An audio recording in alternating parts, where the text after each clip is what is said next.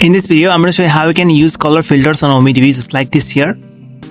So firstly, just open new tab and then we're going to search in here AI webcam effects extension and click on the first link, that is AI webcam visual effects.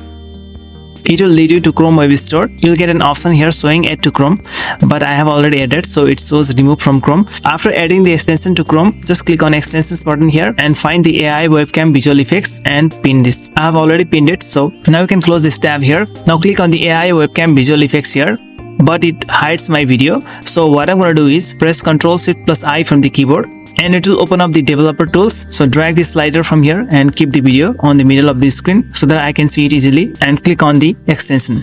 Now when you open the extension for the first time, you just have to create an account. After creating the account, you can access all the features. Now scroll down to apply the color filters, and we have got the color filters option here. Enable the color filter. Now you can choose any color filter that you like and it works. And you can also adjust the filter power from here. Now you can use this color filter and start.